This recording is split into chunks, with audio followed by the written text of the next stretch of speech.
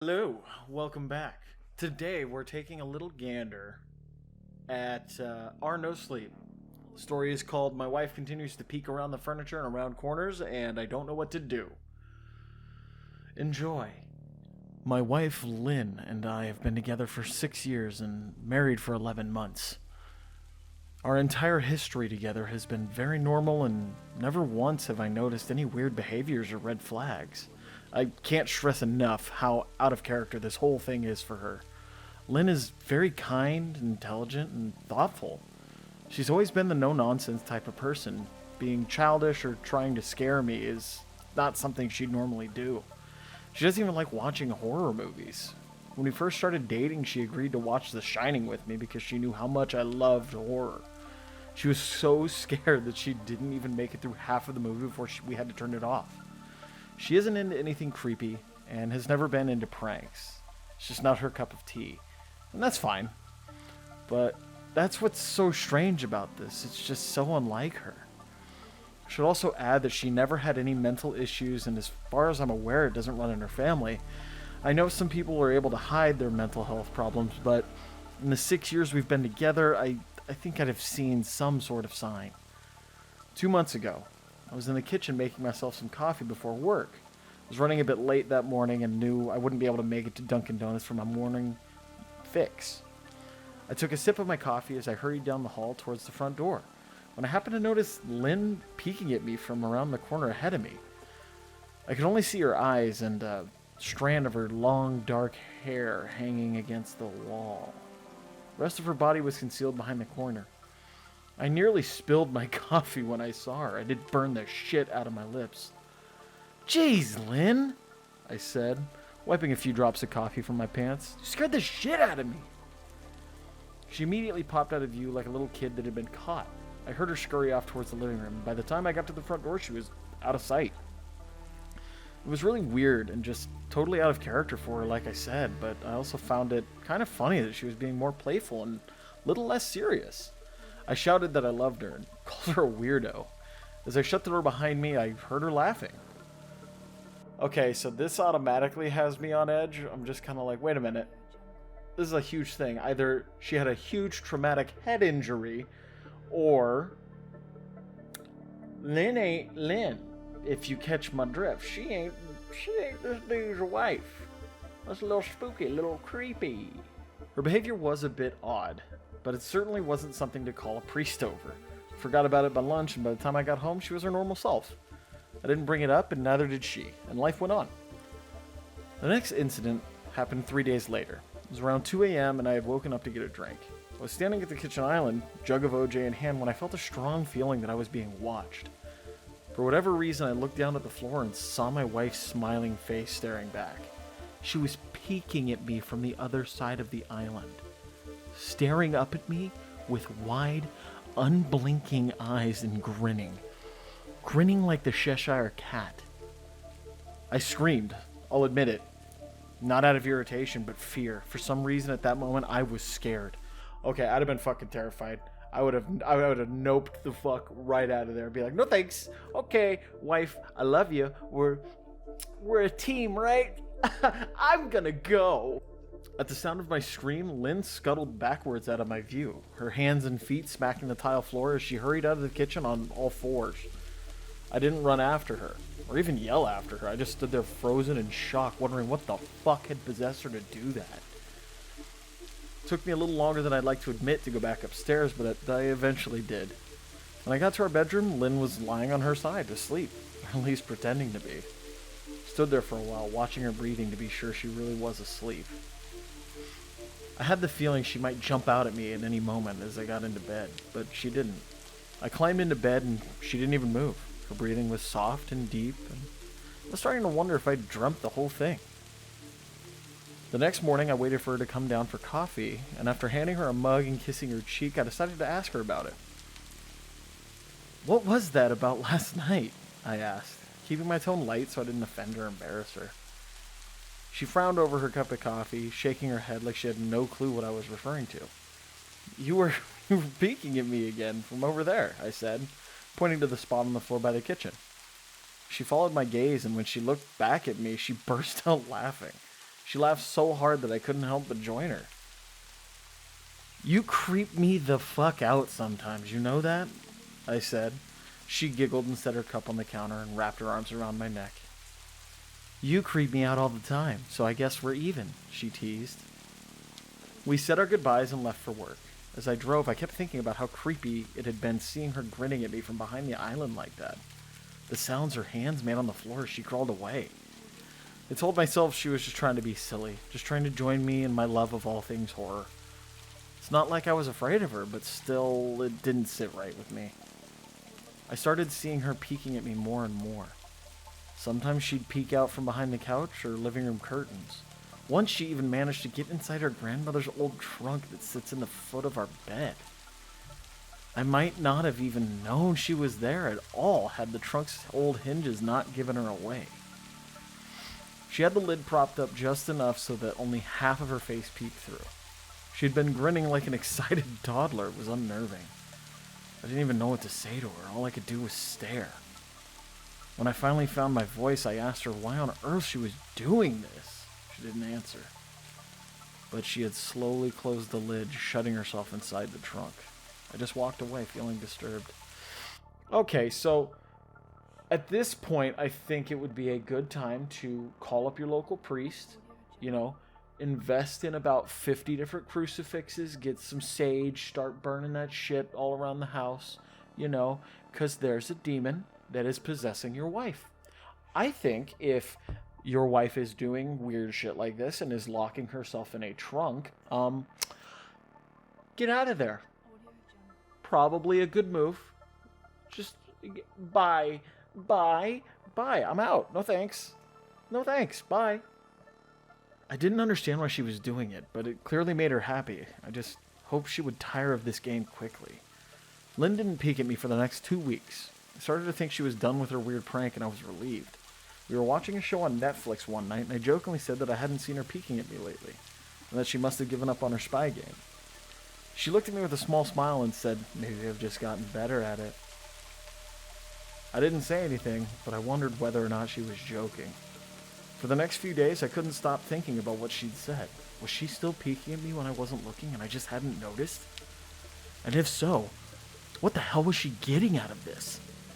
I started to feel paranoid, constantly checking whether she was watching me from around the corner or behind a door. I was jumpy whenever I was home and she wasn't in full view of me. I felt stupid and a little crazy. But after a few weeks without another incident, I began to relax. I stopped checking behind the furniture and walls and told myself it was just a bad memory. Then a few days ago, things got so much worse. Lynn left to go to her friends, and I lounged on the couch and played a couple games on my laptop. Around 9 p.m., I hopped in the shower, and as I was washing the soap from my hair, I felt that awful feeling that I was being watched.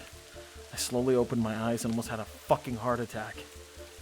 Lynn was peeking from behind the shower curtain. Her entire head stretched into the shower, leaving just her body outside. Her long dark hair hung against the curtain, the ends dripping with water. Her mouth hung open in a terrible grin, eyes wide and red, as if she hadn't blinked in a while. I screamed and jumped back against the wall. She didn't move, nor did her smile waver. Her makeup ran down her cheeks in 2 black streaks. She looked giddy and completely deranged. I was fucking terrified. We stood like that for a few moments, neither of us saying a word. Finally, after what felt like forever, she slowly pulled her head back out of the shower, and I watched her blurry figure through the curtain as she moved backwards towards the bathroom door. Okay, back to what I thought prior. This is a demon. This is demonic. This is scary. If she's got the Cheshire Cat grin, and she's just like... and her eyes are red because she's not blinking, there's a problem. There's a demon inside your wife, and it's trying to not get out. It's trying to get you. Like, you need to get the fuck out of your house. You need to leave. Get out of there, bro. You need to leave, bro. Get the fuck out of there, dude. You need to fucking leave, dude. A second later, the bathroom door slammed shut, hard enough to rattle the mirror. I screamed again and jumped out of the shower to lock the door. I stayed inside the bathroom for over an hour. Maybe I overreacted to some of you, but joke or not, I wasn't going to put up with this crazy shit anymore. That's what I kept telling myself as I paced in the bathroom. stopping to listen at the door every few minutes. Suddenly I heard a muffled sound, and I pressed my ear against the bathroom door, straining to listen. I couldn't hear anything, but I envisioned Lynn standing on the other side of the door, giggling at her joke. I felt a surge of anger. I was beyond pissed at being made to feel scared in my own house, and made to hide in the bathroom for an hour. All for what? Some joke? If it was a joke, it was an awful one. What the fuck, Lynn? I snapped. This shit is getting really fucking annoying. I waited for her to apologize or to call me a jerk, but instead I heard a faint moan, so quiet I wondered if I had heard it at all, and then complete silence. Lynn, I called out, not able to even hide the shakiness in my voice. I got no response, just my own heavy breathing. I swear to God, just fucking stop it, I yelled, pounding my fist on the door. I waited for her to cuss me out, something I would expect from me talking to her like that. I never screamed at her before, but there was nothing, just the occasional drip from the shower head. I won't deny that I was scared, too afraid to open the damn door and face my own wife. I waited another 30 minutes or so. It feels like a fucking lifetime when you're scared. Finally, I decided I wasn't going to spend the night hiding in my bathroom, so I got down on my knees and peered under the door. I almost expected to see her face peeking back at me, but thankfully, I didn't. Thank God. You imagine that? He goes to peek and it's just two eyeballs. That's when your bowels completely evacuate. You just...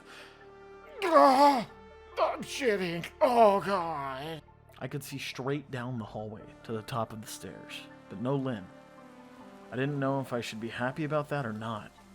I looked for a few minutes, waiting to see her head pop up over the top step, but it never came. I stood up, my hand hovering over the door, and mentally prepared myself to open it.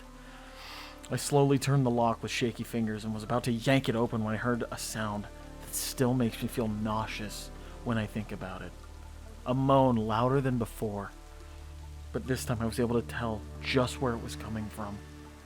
I turned my head to the closet door as if in slow motion and locked eyes with my wife, who was peeking out at me from the slight gap. Her eyes were still wide as ever, and her mouth was hanging open in the most grotesque, gaping smile I'd ever seen. I didn't even scream. I was too scared for even that. Her hands were clasped around her chest, body trembling with sheer delight, as if she could barely contain her excitement. A short, raspy moan bubbled up from her throat, deep and raw, sending a shiver through my entire body. Somehow I found the ability to pull the bathroom door open and ran as fast as I could all the way down the steps, snagging my keys and phone from the table in the living room before running outside to my car. I could hear her shrill laughter behind me, but I didn't hear her getting closer. I didn't bother shutting the front door. I drove away from the house faster than I legally should have, shivering the entire time, either from fear or the cold, maybe a little of both. I hadn't grabbed my coat or even a pair of shoes. I was still in my boxers, and my hair was still damp. I drove straight to my brother Chris's house, about 40 minutes away, ignoring any and every call and text I got. I didn't check my phone until I was safely parked in my brother's driveway. Lynn had called 4 times and sent a flurry of texts, all wondering where I'd gone and why I left like that. I threw my phone at the dash in a rage, furious at her nonchalant attitude.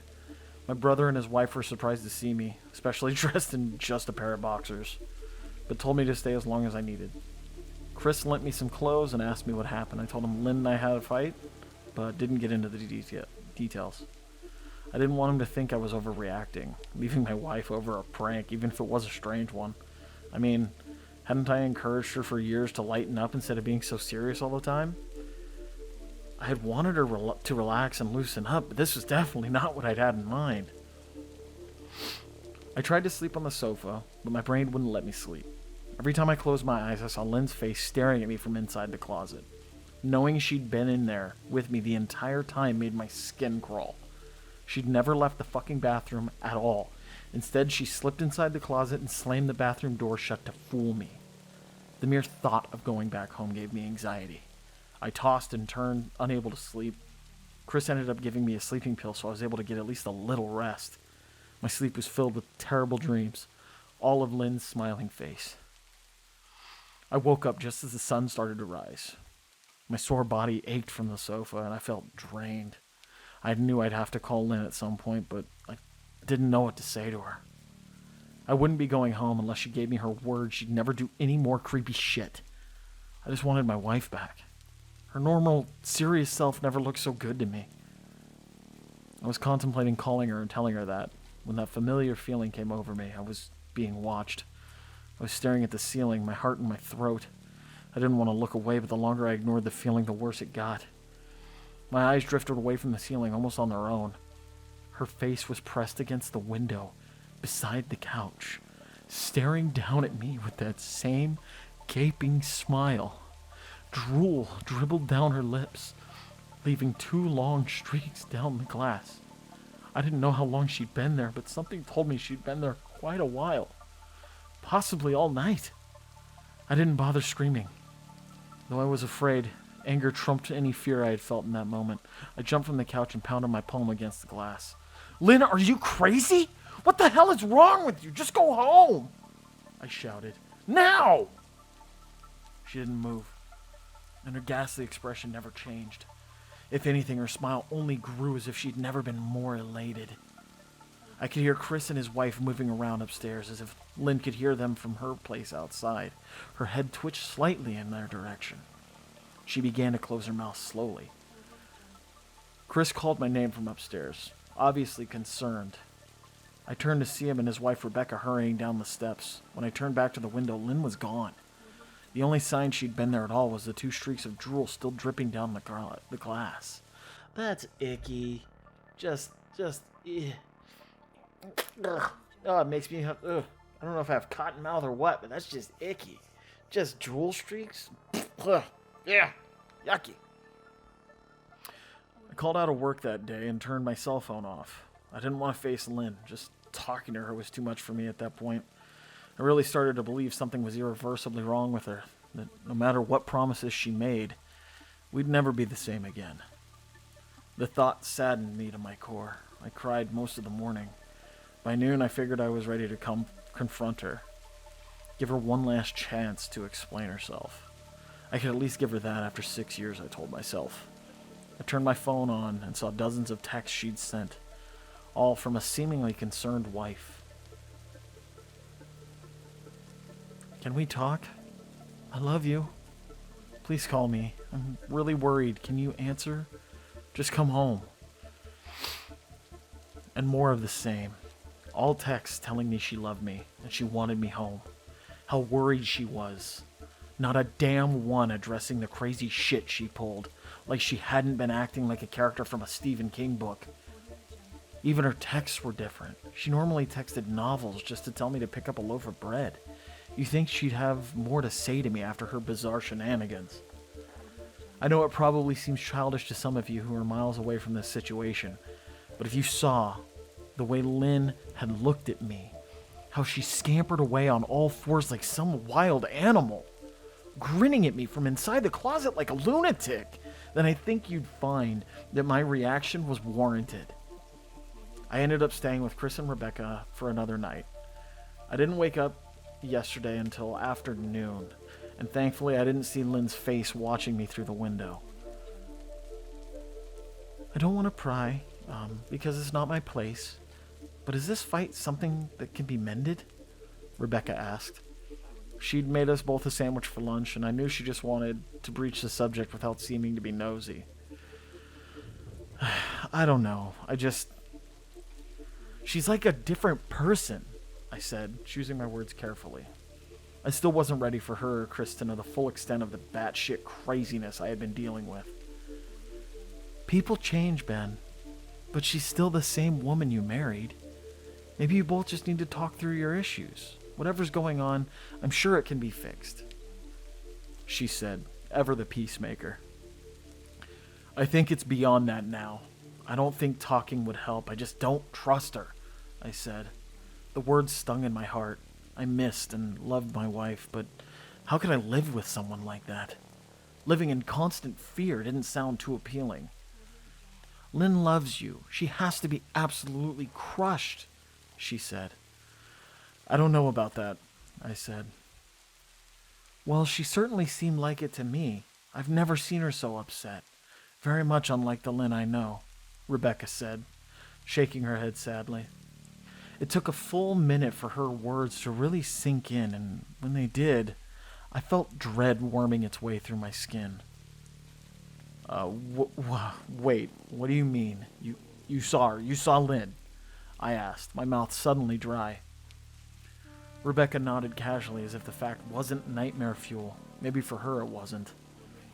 She stopped by this morning just after Chris left for work, she said, cleaning the plates from the table. I didn't see her car, though. Maybe she took an Uber or something? Beck, what did she say? Did she come inside? I asked, sweat starting to break out on my forehead. I began looking around, examining corners as though a predator lurked behind them. No. She just asked if you were awake yet, and I said that you weren't. I asked if she wanted me to wake you, but she said no, just said to let you sleep, she said as she washed the dishes. That's all. She didn't say anything else, I asked. No. She looked awful, though, like she hadn't slept in days. I think you should call her. I got up from the table and thanked Rebecca for lunch. I felt a little better at the knowledge that at least she hadn't come inside. Still, I needed to double check that the doors were locked. I sat for a while trying to figure out what to do next.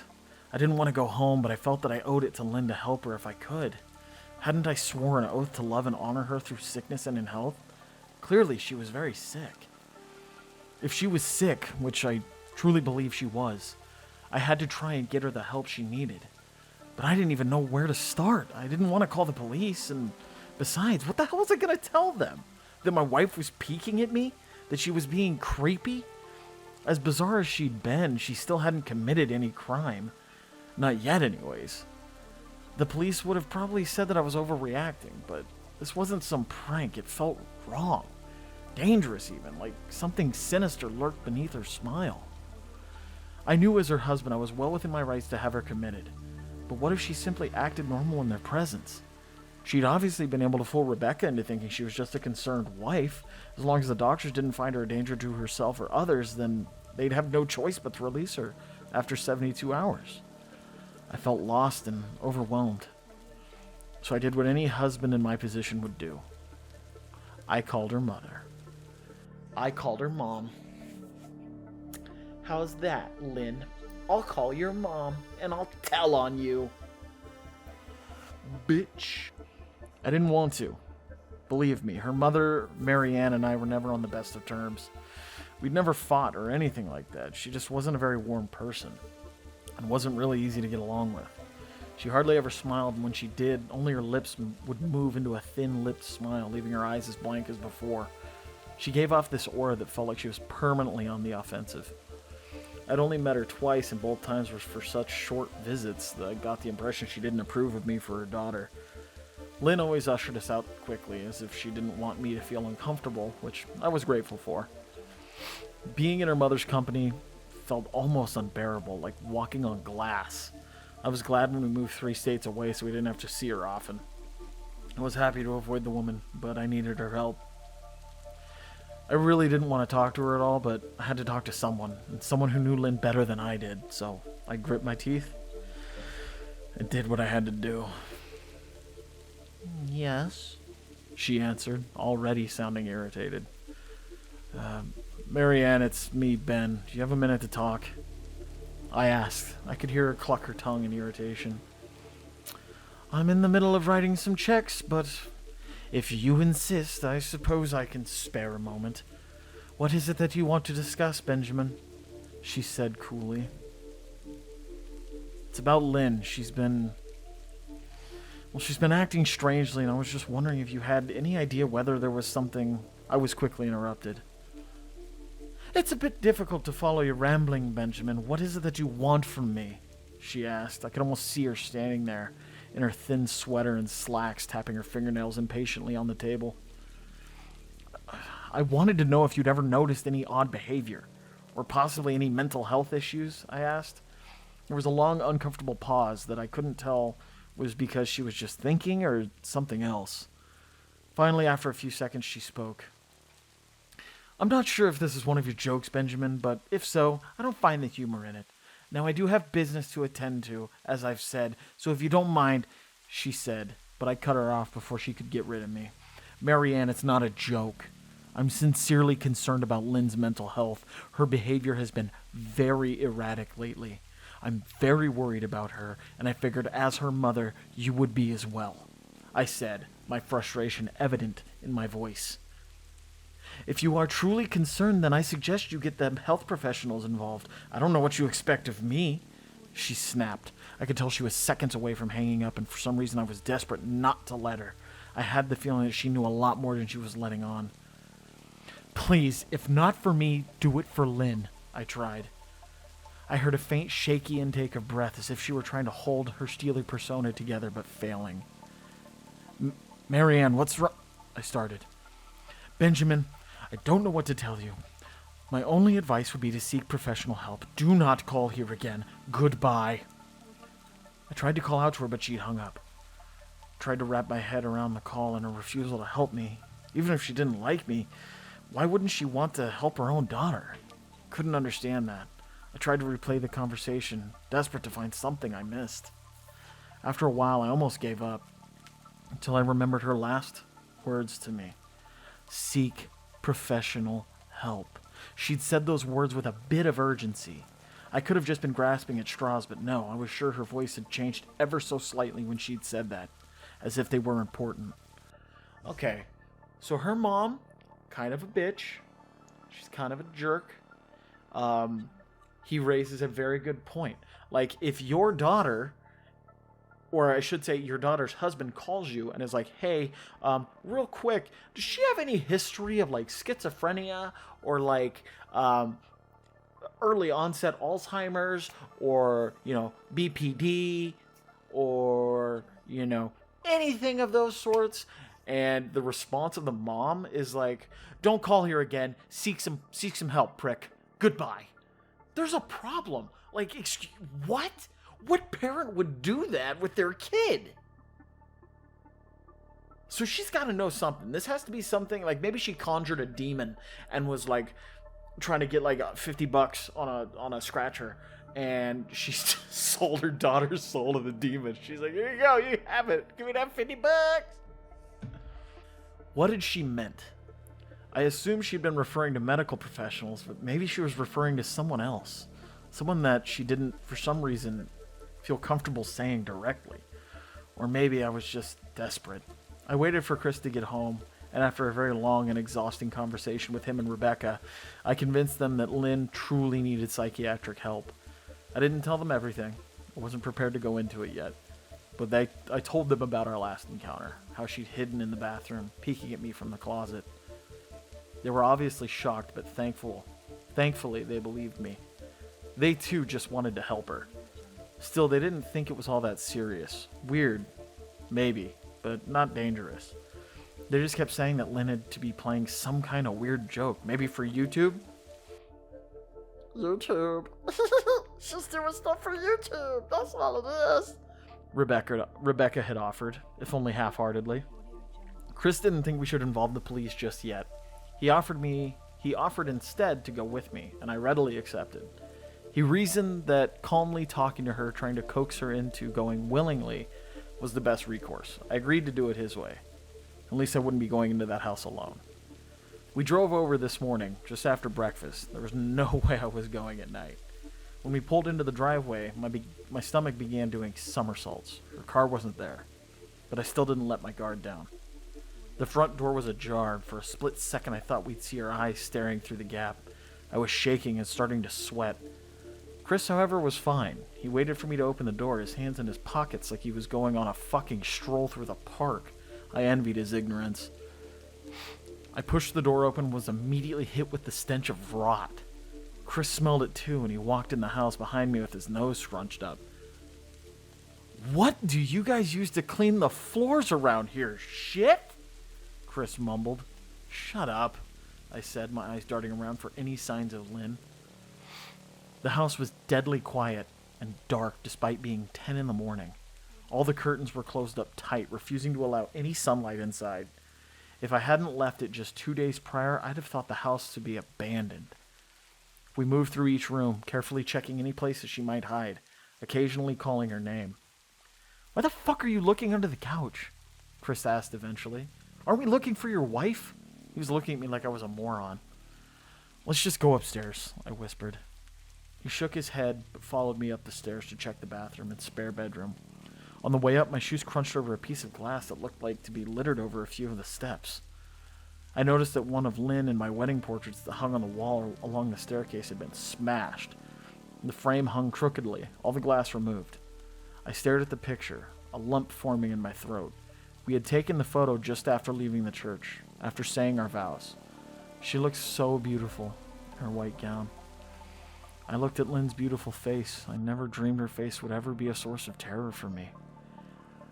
We climbed the rest of the steps and checked the spare bedroom, but it looked completely untouched.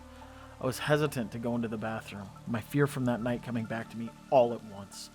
Chris noticed and offered to go in by himself, but I couldn't let him do that. So we walked in together, checking the closet and the shower. The bathroom looked as if it hadn't been touched since the night I left. "I don't think she's here, Ben. Why don't you pack some clothes and we'll try coming back tomorrow or something?" Chris said. I nodded and went into our bedroom and shoved some clothes into a duffel bag. When I checked inside our closet, I came across the source of the smell and gagged. Chris took one look and lost all color in his face. He had to go stand by the stairs to get away from the sight and smell. I gazed down in shock at what lay inside my bedroom closet. Soaking into the rug were at least a dozen eyeballs, carefully laid out in pairs. Some were as large as a quarter, while others were as tiny as a marble. I stared down at the eyes she'd collected from small animals and wondered how she'd gotten them, and shuddered at the thought. Eyeballs? What? What? Is this that one creature from, what was it, Pan's Labyrinth? That had, like, the eyeballs in the hands, and it was like, you know... Like, what? What the fuck? That just, okay, that kind of creeps me out. I mean, obviously it creeps me out. But why eyeballs? Unless she's, like, replacing the eyes she has to get, like, bigger ones that are always wide. I don't know. That's, like, the only thing I can think of in this case. Man, I thought I had it bad with Becca's shoe addiction, but fuck me, your wife's in here collecting eyeballs? Chris said, gagging. Ben, I think we should go, he called from the hall. I'm getting nauseous. All right, I grabbed my duffel and shut the closet door on my new nightmare. I stepped out into the hall and took a deep breath of air. I could taste the rot on my tongue, and I couldn't help but gag. Who the fuck lines up eyeballs in their closet like that? Chris mumbled. I tried to tell you she needed help, I said. She doesn't need help, Ben. She needs a fucking exorcist, he said. You coming or what? I can't stand the smell any... His words died in his throat, and his eyes grew wide with fear. I didn't ask him why. I could feel it. Someone was watching me, and I didn't think it was the eyes in the closet. I turned around, my eyes slowly scanning the bedroom. Christ, I whispered, as I finally saw what we'd missed. Under the bed, curled on her side, watching us with the excitement of a kid on Christmas morning, was my wife. She held her hands together just under her chin, and they were shaking eagerly. Now that she knew she'd been found, I could hear the quiet noises she was making. A sort of hiccuping sound in her throat, as if the excitement was just too much for her. It was unnerving, to say the least. Wide eyes, and that same huge smile. Everything in me told me to run, but I forced it away. This was my wife. No matter how twisted, she was still the woman I married. I had to help her. Lynn? I said softly. She didn't respond, but her head bobbled back and forth in two quick little movements, as if she were nodding. Baby, I just want to help, okay? Can you please let me do that? I asked. I had taken a single step forward, approaching her like some kind of dangerous animal. I love you, Lynn, I said softly, taking another step closer. She let a tiny moan escape her wide-open mouth, and I had to resist the urge to run. Her shoulders were starting to quiver, and her eyes grew as large as saucers. I crouched down so I could see her better, and immediately saw the blood. Her hands were covered in it. They trembled more the closer I got, as if she was barely able to contain herself. "Lynn, are you hurt? You're bleeding," I said. She bobbed her head again, her bloody fingers moving up and down as if they were playing an invisible piano. They occasionally grazed her chin, leaving smears of blood on her skin. I wanted to recoil in disgust. The smell that was coming off of her was revolting. I could feel the vomit trying to climb up my throat. Her lips were dry and stretched thin, blood seeping between the cracks. Ooh, that made my lips hurt. Oh god, like, that's just super chapped lips. Just, like, even a little bit of chap, and I'm bitching out. I'm like, oh, I need my chapstick. Give me a please. Give me a Comex, please. Like, that shit sucks. I can't do that. So the fact that they're like, just blood's just coming on through, that's, no thanks. No thank you. No thanks. No thanks. No fucking thank you, ma'am. Get some fucking chapstick on your crusty ass lips, please. I knew she wouldn't come out on her own, but I didn't want to leave her there in that state she was in. I scooted closer and reached out to her. The excited hiccuping sounds got louder and her hands shook, fingers flexing. It was then that I could see the blood oozing from in between her fingers. "Oh my god, Lynn, you're bleeding," I said. Instinctively, I reached out to take her hand, but before I could even touch her, her hand sprang out towards me. A sharp pain shot through my arm, and I fell back on my ass. My arm burned, and I could see the blood dripping down onto the carpet. I looked back at her in shock and saw her grinning madly, her fingers clutching a large shard of glass. "You all right in there?" Chris asked from behind me.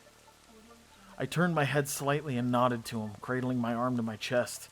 When I turned back to face Lynn, I saw that her focus had shifted. She wasn't looking at me anymore, and she wasn't smiling anymore either. She was staring past me, her eyes glaring at Chris the way a hungry lion might stare at an antelope. Her mouth was still hanging open, but it was twisted into a snarl. I got to my feet and began walking backwards down the hall, afraid to take my eyes off of her. Are you bleeding?" Chris asked. The moment the words left his mouth, Lynn started fast scooting out from under the bed, the glass shard still in her fist. "Fuck that! Oh, I don't like any quick, fast movements like that. No thanks. That's fucking terrifying." She's just like, "Chris, run! Go!" I yelled. He must have been too afraid to move because a second later I felt my back bump into him. He was still standing at the top of the stairs staring at the horror that was my wife. Lynn had crawled completely out from under the bed and stood in the bedroom doorway, her face twisted in rage. Her whole body was visibly tense, blood running down her fingers and onto the floor. "Jesus, Lynn," Chris said, You playing hide and seek?" I reached back and pushed him towards the steps.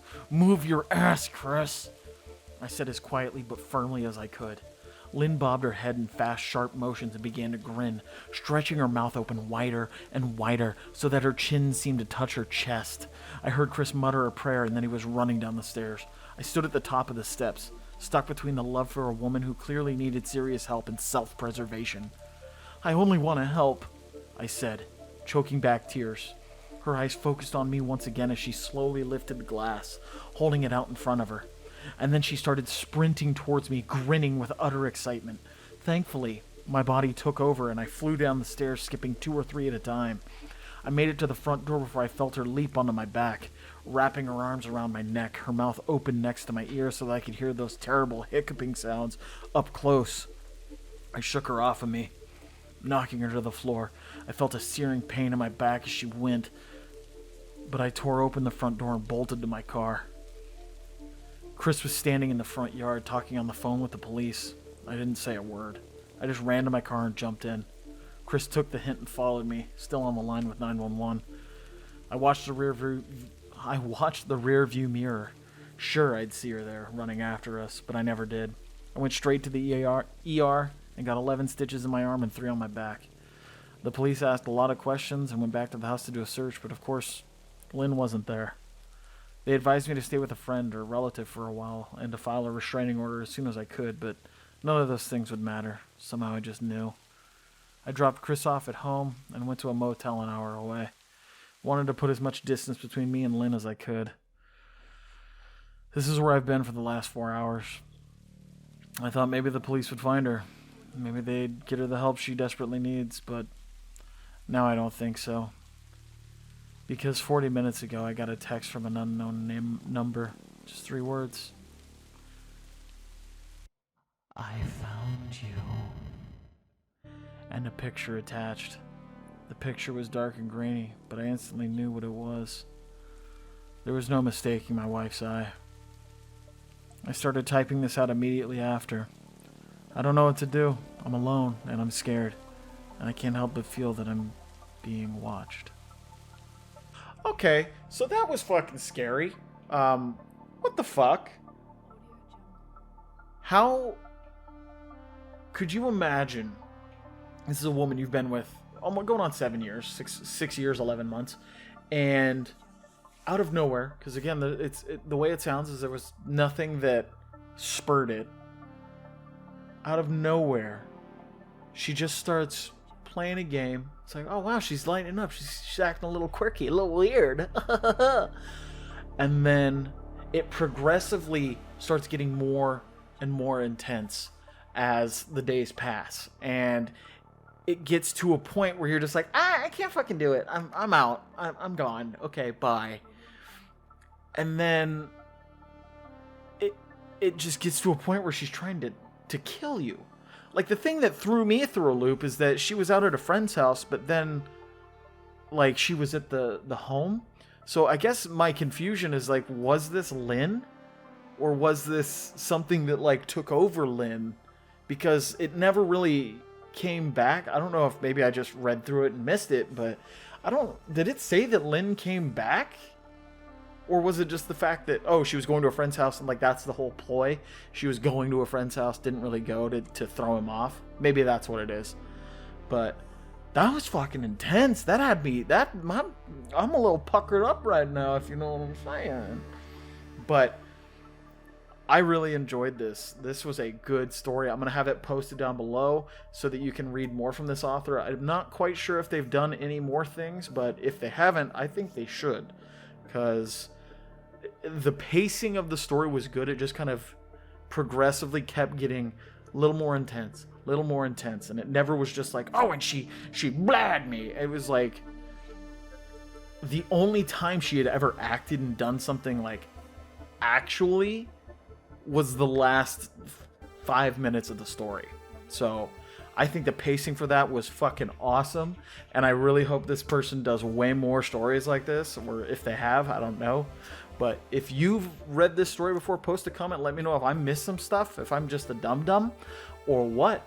But, you know, hit that like button, hit the subscribe button, leave a comment telling me, because I'm trying to get established again, you know what I'm saying? But yeah, this was my wife is peering at me from around corners and furniture, and I don't know what to do. I don't know if this story's actually got a better name, but that's the title of it. Bye!